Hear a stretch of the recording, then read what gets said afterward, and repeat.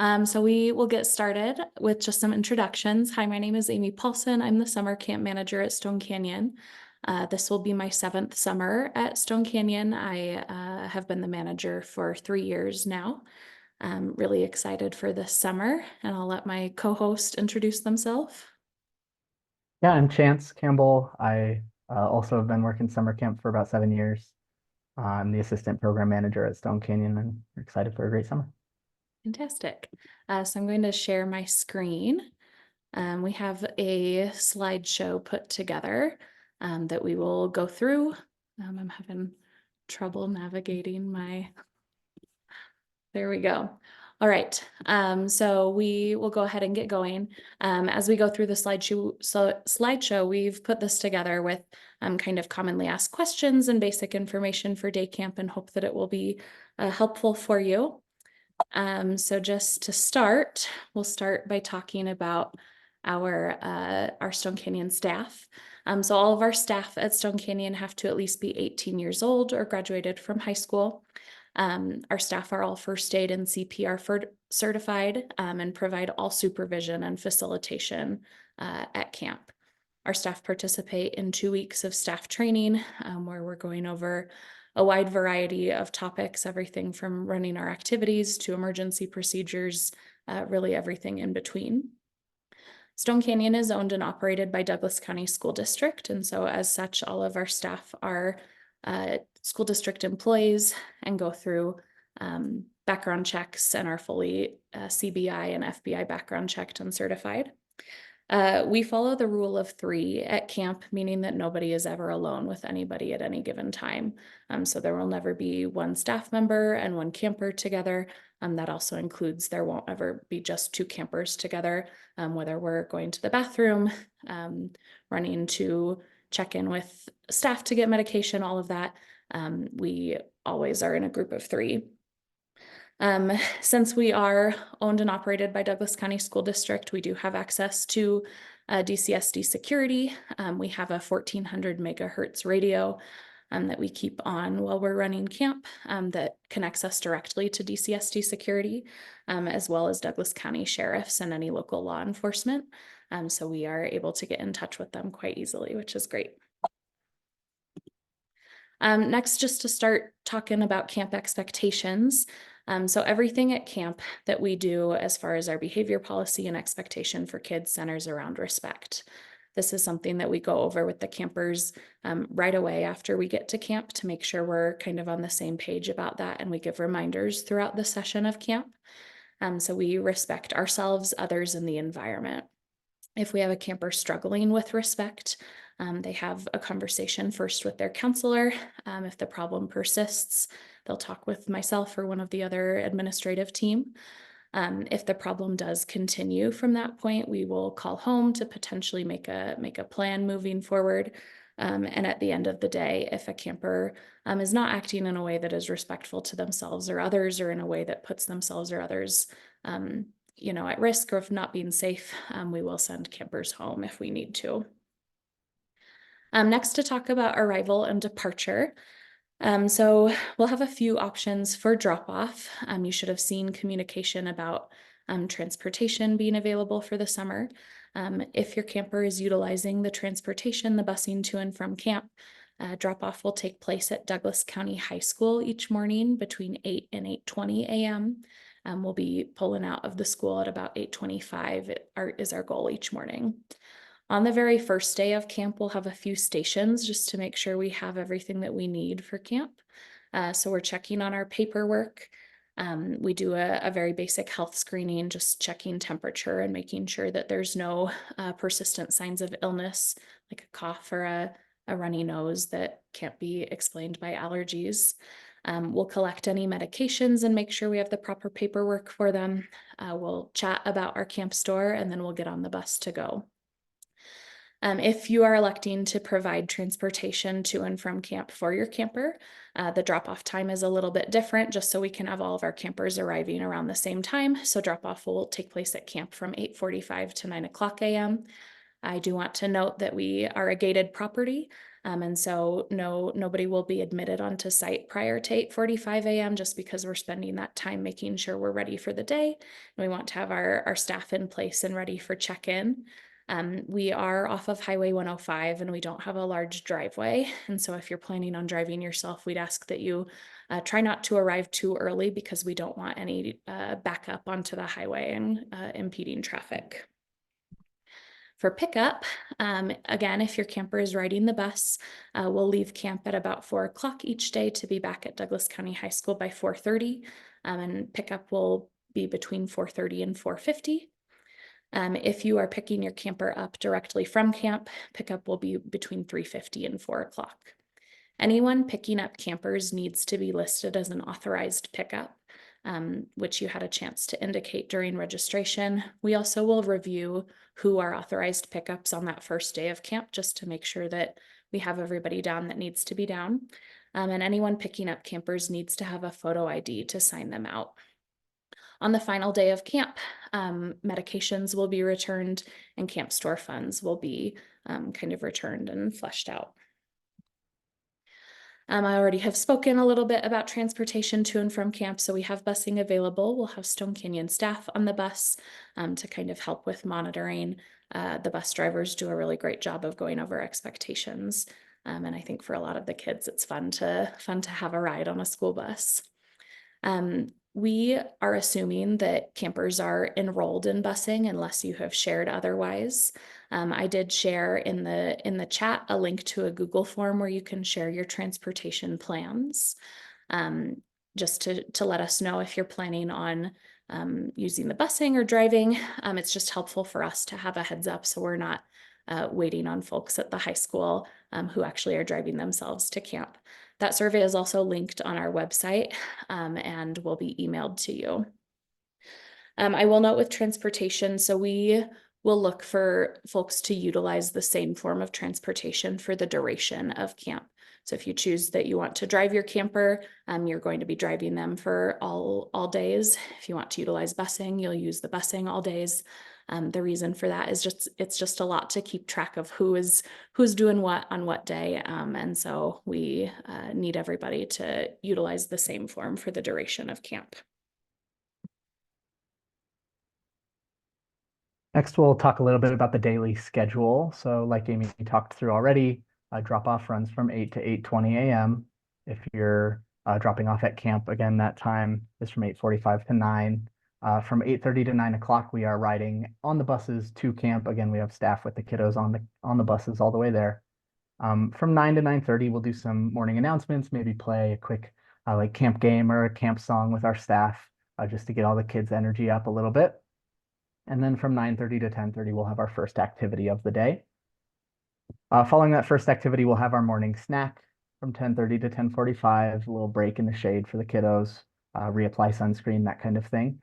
And then we'll have an all-group activity from 10:45 to 11:45, where the whole camp will be present, participating in the same activity. Lunch will be from 12 to 1 o'clock, and then activity number 2 will be from 1 o'clock to 2 o'clock. In the afternoon, we'll have about 45 minutes for free time in the camp store where the kids will have some unstructured play opportunities and the opportunity to visit our camp store, which we'll touch on later. And we'll have our third activity of the day from 2:45 to 3:45. We'll load up onto the buses and we'll travel from camp back to the high school in Castle Rock from about 4 o'clock. And then pickup runs from 4:30 to 4:50, like Amy mentioned before. Kind of go into more detail about the activities and the groups that we're running here at camp. We will generally be making our groups at camp grouped by age, just so that campers are having kind of similar peers throughout their experience. If you have groupmate requests, we are happy to honor those as best we can. We have the opportunity to email that request if you didn't do it during registration to that email that you see on your screen. When we are doing bunk or group mate requests, we typically will group down. So if we, for example, have a 6-year-old and a 9-year-old who want to be together, or a 6-year-old and an 8-year-old who want to be together, the older camper will join the group of the younger campers. So that's just something to be aware of. All of our campers participate in the same activities throughout the day. We do kind of a rotation of schedules though. So each group is kind of cycling from almost station to station, although they're not set locations. We have a whole group activity, like I mentioned before, kind of late in the morning, where everybody is together and getting to hang out with each other. So even if campers are not in the same group, they do have the opportunity to interact with everybody at that whole group activity, as well as during free time. And then our meals are open seating, so the campers are welcome to sit with who they'd like to, whether they're in their group or not. Our groups are made up of 15 campers and 2 staff. So that's what every group will have access to. The staff kind of tag team running the activities and that kind of thing. Our activities for this summer will have things like shirt decoration and tie-dye. We'll have group games like dodgeball and ultimate frisbee and gaga ball, which is always very popular, arts and crafts activities, and then things like dance party and scavenger hunts. All sorts of fun stuff. We really work to keep the kids engaged throughout the day. In the event of bad weather, we do have several indoor spaces that we can easily move into, and we have a whole slate of indoor activities that can be run that are just as fun. To talk a little bit about food at camp, we have delicious and nutritious food that is provided. We do provide a snack each morning, like Chance mentioned, and lunch each day. We're able to accommodate different dietary needs and food preferences.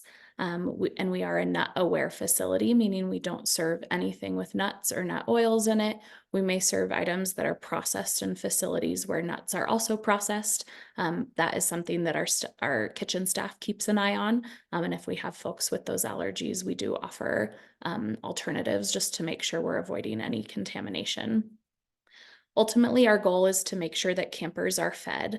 We train our staff to keep an eye on what campers are eating and to make sure that they're getting the calories that they need for the active days that we lead.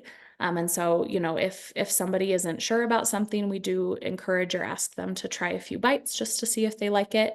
And if it's still not sitting well with them, we're happy to potentially give them leftovers from a previous day or make a simple cheese sandwich, just whatever it takes to make sure that they're getting good food. You did have a chance when you registered to share any dietary needs. If you want to follow up about that or if anything has changed since registration, please feel free to reach out to Chef Kim, whose email is there on the slide and also in the chat. If you include the session name that you're sending your camper or the dates, that is really helpful as we sort through that. Like we talked about on the schedule, all of our campers will have the opportunity to visit the camp store if they have an account set up that runs from 2 to 2:45 in the afternoon during free time. All of our food items at the camp store cost $2, and some of those items you can see examples on the screen. We have things like Gatorade and ice cream bars and popsicles for the hot summer day, and then also kind of candies like Twix and Skittles, and some of those less sugary snacks like beef jerky or Cheez-Its. We also have apparel items available for purchase in our camp store. Campers will have access to see those and purchase those if they would like. The prices for those run from anywhere between $2 and $50. We have things like stickers and water bottles and hats and hoodies and t-shirts, all sorts of fun items like that. Those apparel items can also be pre-ordered through our website and will be delivered to your kiddo on the first day of camp when they arrive at camp. So that is an option as well. We keep an eye on what is being purchased each day. One, to kind of keep an eye on the campers' funds, make sure that they're not running too low without the people at home knowing. We also limit them to 2 sweet things and a Gatorade each day, just to keep the hopped up on sugar moments to a minimum.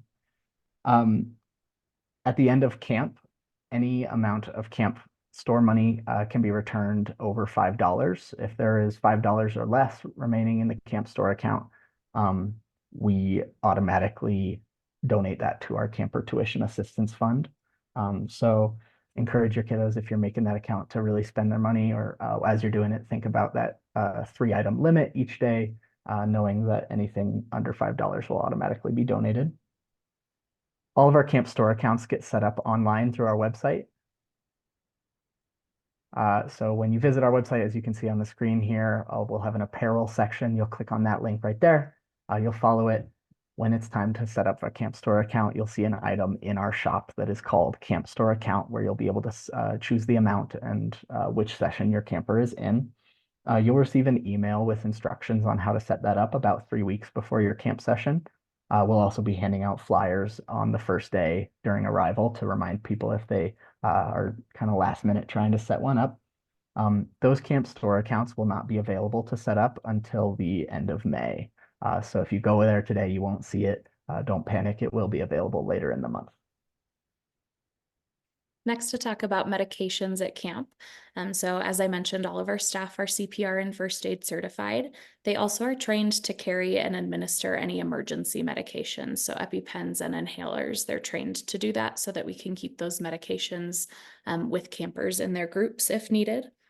Any other medications that are not emergency meds will be kept with our admin staff to be administered as needed. So if it's a medication at a scheduled time, we'll have a timer set and go and take that medication to the camper and have them take it or help with that. If it's a medication that is as needed, the camper, our staff will be aware that the camper has a need that might require medication, and the camper should communicate to their staff if they're feeling whatever symptoms indicate that they need to take that medication, and we'll get it to them. I didn't mention when I chatted about our staff, but all of our staff carry radios at all times, and that's what we use for communication. Any medications sent to camp, whether they're prescription, over-the-counter supplements, need to be sent in their original packaging with the dosage clearly labeled, and that does include inhalers. So I know a lot of people don't keep their inhalers in that box with kind of the prescription label on it, but we do need that information per our licensing requirements. And a medical release form needs to be submitted for medications to be administered for, again, any medication. That form needs to be completed and signed by a doctor or physician. And again, those forms are available on our website, and there will also be emails sent out detailing the medication process at camp for you to reference. When we're talking about what to bring to camp each day, you can see a list on your screen of things that we find are generally very useful to have at camp. We will be looking for campers to have a day pack of some kind to carry around their water bottle. We are out and about in the sun all day, so it's really, really important that campers are bringing a water bottle and sunscreen, sun protection, just to make sure that nobody's getting any type of like heat sickness or dehydration, because that's a great way to ruin the camp experience. So make sure you're sending them with a water bottle. If they forget, we do have loaner items that we can give them that then we just take back at the end of the day. Sunscreen, hat, sunglasses, a rain jacket or a warm layer like a hoodie. We all know that Colorado weather can be finicky at best, so always make sure to send your kiddo with some type of layer. And then bug spray optionally if your camper is concerned about mosquito bites or anything like that. We do have a creek that runs through our site, and during the rainy season, we see mosquitoes.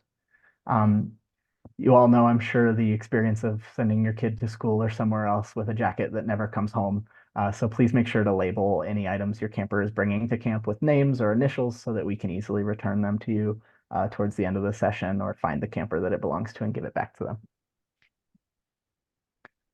Here at camp, we have a list of items that we call contraband. These are things that we would highly recommend not packing with your camper. The obvious weapons, including pocket knives and lighters. This is camp experience, but we're not out in the wilderness. They don't have any need for those types of items. Anything that wouldn't be allowed in schools, please don't send your kiddo to camp with them. We also please request that you do not send your camper with any amount of food to camp. Again, like we talked about, we are providing lunch and multiple snack opportunities throughout the day to all of your campers. And we also have the camp store if you're concerned about your camper being hungry. During the day, we want to make sure that our campers who may have allergies are not being exposed to anything unexpected. We are a tech-free camp, so please don't send your camper with anything electronic. That includes the larger stuff like iPads and computers, but also please don't send them with smartwatches or phones or anything like that. Here in the canyon, we don't have any cellular service to begin with, so anything that you do send with your camper will be unusable anyway. If you're sending medications, like Amy mentioned, please make sure you're following our policies with that. Don't send anything that you're not planning to check in with us, even those out over-the-counter medications. We like for our staff and ourselves to be aware of anything that a camper has, so we have you check that in with us. And then we don't recommend bringing toys or stuffed animals. Our camp is made of dirt, so anything that gets sent tends to get pretty roughed up. We see toys and stuffed animals most often get lost or forgotten. And also they tend to be a distraction from the activities that we are setting up and preparing for your campers. So feel free to leave those at home as well. Here at camp, our staff are very aware of how important sunscreen and water are. They have all been trained to encourage regular water intake and really monitor the campers as they are applying that sunscreen and that kind of thing. If campers forget a water bottle again, we have loaners that we can give them. We check in at the beginning of the day to make sure that every camper has one. We have insulated jugs around our site that have water in them so that bottles can be refilled at any point throughout the day. And our staff are regularly taking breaks to have their whole group drink some water. The same typically happens with sunscreen. We're usually encouraging a reapplication in between each activity. Our staff carry sunscreen that can be given to campers if you have filled out that over-the-counter permission form during registration. If you have questions about that, again, you can contact us by email in the links. Our staff are happy to help with application if necessary. They've also gotten very good at coaching the campers through that application process. So generally, campers have very little trouble getting that fully applied for themselves.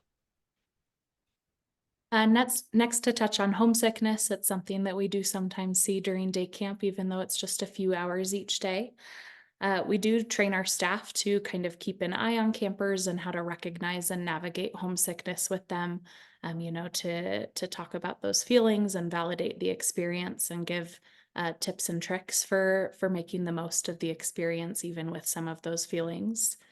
Generally, we don't allow for phone calls home in the case of homesickness, as that, in our experience, hearing a familiar voice can sometimes make that experience worse. As you're preparing your camper to come to camp, we really would encourage you to focus on how excited you are for their experience and to hear about their adventures at the end of every day. If you are saying like, I'm going to miss you so much, that might really linger with them.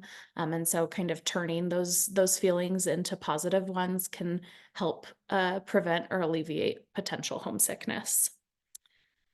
And last, just wanted to talk about uploading forms.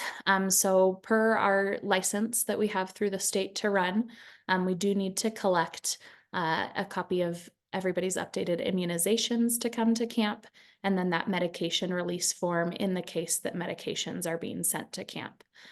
You do have the option to turn in the form physically on the first day of camp, but there's also the chance to upload it online. And so to upload the form, when you log into your account, under the session, there will be a link to upload the form. And at that point, you can upload what you have. We will review it and be in touch if anything looks wrong. I will note that for the immunization forms, we do need them to be on the Colorado official immunization form. Again, that's per our licensing. They require that specific paperwork. It's linked on our website and also will be emailed to you in advance of camp. And so if you are able to get it on that form, we really appreciate it, as it makes our licensing check process much smoother. All right, so I will stop sharing my screen. That's about everything that we wanted to go over with you. And now we'll open up to any questions that any folks might have. I'll give you the chance to unmute yourself if you'd like to ask over the call. You can also pop this into the chat. And I will note that this meeting has been recorded and will be emailed to you and uploaded to our website if you would like to reference it.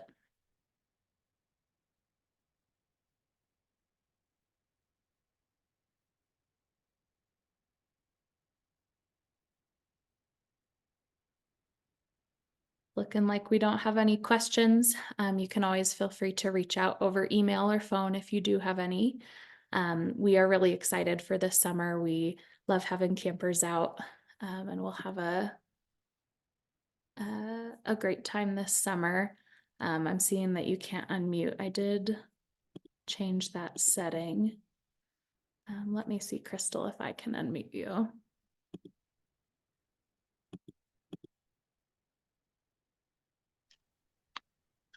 Hi, I joined a few minutes late because I had another